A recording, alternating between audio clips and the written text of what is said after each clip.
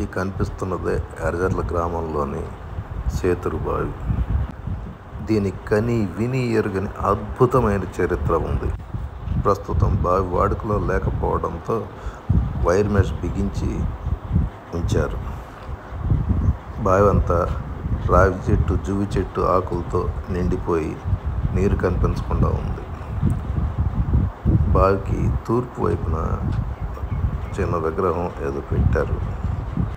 బావి చరిత్రలోకి వెళ్ళే ముందు ఇది ఎక్కడుందో, ఈ గ్రామం ఏ ప్రాంతంలో ఉందో తెలుసుకోవాల్సిన అవసరం ఉంది. ఇది వాటర్ ట్యాంకు, ఎన్టీఆర్ విగ్రహం పక్కన బావి ఉంది.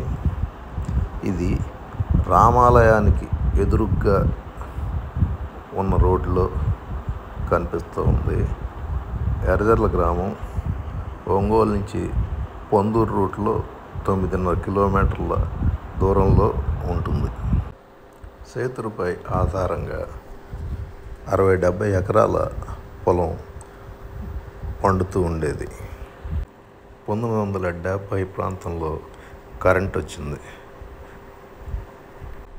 అప్పటి నుంచి 2 మోటార్లు నిరంతరాయంగా రాత్రి పగలు అని లేకుండా, అలుపు సలుపు లేకుండా ఈ బావిలో తోడిపోస్తూనే ఉండేవి. బావిలో నీరైపోయాయి, మోటార్లు ఆపేయండి అనే పరిస్థితి తలెత్తే అవకాశమే కనిపించలేదు. 2 మోటార్లు పనిచేసినా బావిలో నీరు ఒక మోతాదుకు మించి లోపలికి వెళ్ళేయే కాదు.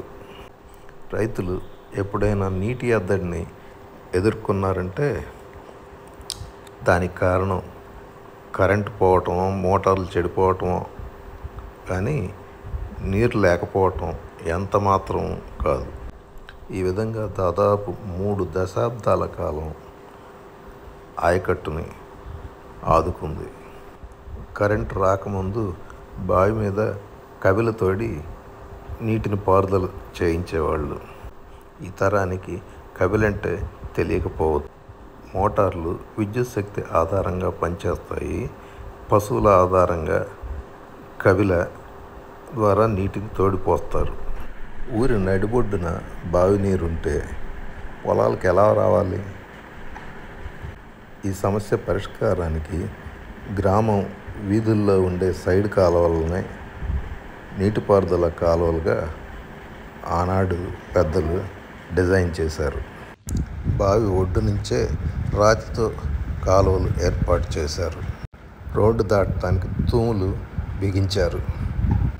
రోడ్డు దాటాక కాలువ 2గా చీలేది. ఒకటి రామాలయం వైపు, మరొకటి బస్టాండ్ వైపు కాలువలు ద్వారా నీళ్లు వెళుతూ ఉండేవి. ఇప్పుడంటే కుళాయిల్లో నీళ్లు రావడంతో కాలువలకు మురుగునీరు వస్తూ ఉన్నది. ఆనాడు బావి నీళ్ళైతే కాలువల్లో మురుగునీరు వచ్చే ప్రసక్తే ఉండేది కాదు.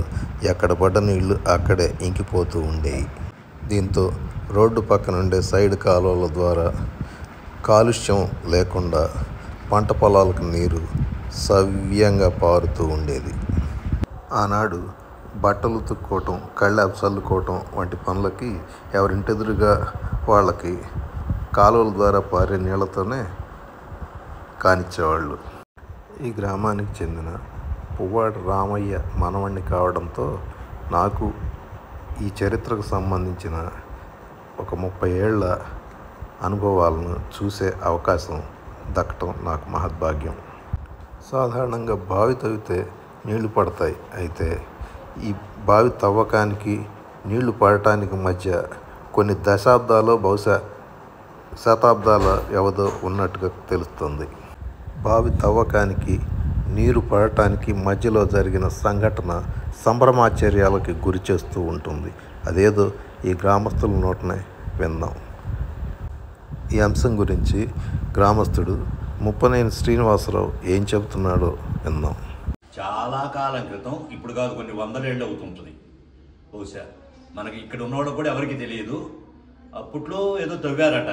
తవ్వితే దానికి వచ్చేటప్పటికి కింద రాయి పడేసి తవ్వలేక వదిలేస్తే ఇక ఆ తర్వాత వీళ్ళు చెత్త చెదారం అంతా దాంట్లో వేసి నిండిపోయిందంట. ఎవడో దావన పోయేవాడు దాంట్లో బీడీ తాగుతాను చుట్ట తాగుతాను దాంట్లో వేసాడని, అది మండి ఆ రాయి పగిలి ఇక దాంట్లోకి నీళ్లు వచ్చినాయి అని చెప్తారు. అంటే ఇది ఎంతకాలం క్రితం వందలే 200 సంవత్సరాల క్రితమే అయి ఉండొచ్చు, బహుశా 200-300 ఏళ్ళు అయి ఉండొచ్చు. దాని నుంచి ఇక నా నీళ్లు ఆగకుండా వచ్చినాయి అని, తర్వాత దానికి ఏదో కింద ఏదో చక్రం లాగా తీసుకెళ్ళి అడ్డం వేశారని చెబుతారు. ఇక తర్వాత మనకు తెలిసేటప్పటికి మన నుంచి కబెలు తోలుతా వచ్చారు.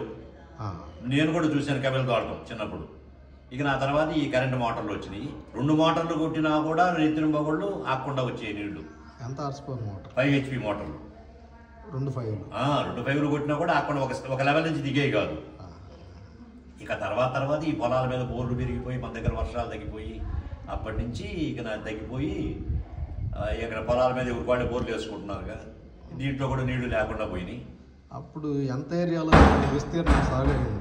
దాదాపుగా ఇప్పుడు ఈ ఏరియా ఉందని చూసి ఇక్కడి నుంచి ఒక 100 ఎకరాలకి 50 ఎకరాల పైన పారేదేమో ఈ పక్కంతా నీళ్లు. 2 పక్కన అటు కూడా ఉండటం కనుక అటు లేదు. ఇదిగా ఇంటి పక్క అటుకుండా పోయింది 2 కాలువలు. మన ఇంటి ముందుకు ఒక కాలువ, అటు ఒక కాలువ. ఆ 2 కాలువల ద్వారా వంతుల ప్రకారం కట్టుకునేవాళ్ళు వాళ్ళు. ఒక 50 ఎకరాలు ఈజీ దాని మీద ఉంటుంది ఉండేది అనిపిస్తుంది నాకు. చాలా దూరం కట్టేవాళ్ళు. అంత కబిలబాయ్ అప్పుడు ఎన్ని ఎకరాలు? అది మనకు ఐడియా లేదు. అప్పుడు మనం బాగా పిల్లలు. అదే అంటే కరెంట్ రాకుండా ఎందుకైనా కబిల దాంట్లో ఉన్నోళ్ళకే దీంట్లోకైనా వద్దు వచ్చేది. అప్పుడు వద్దున్న వాళ్ళకి ఇప్పుడైనా వద్దు వచ్చేది.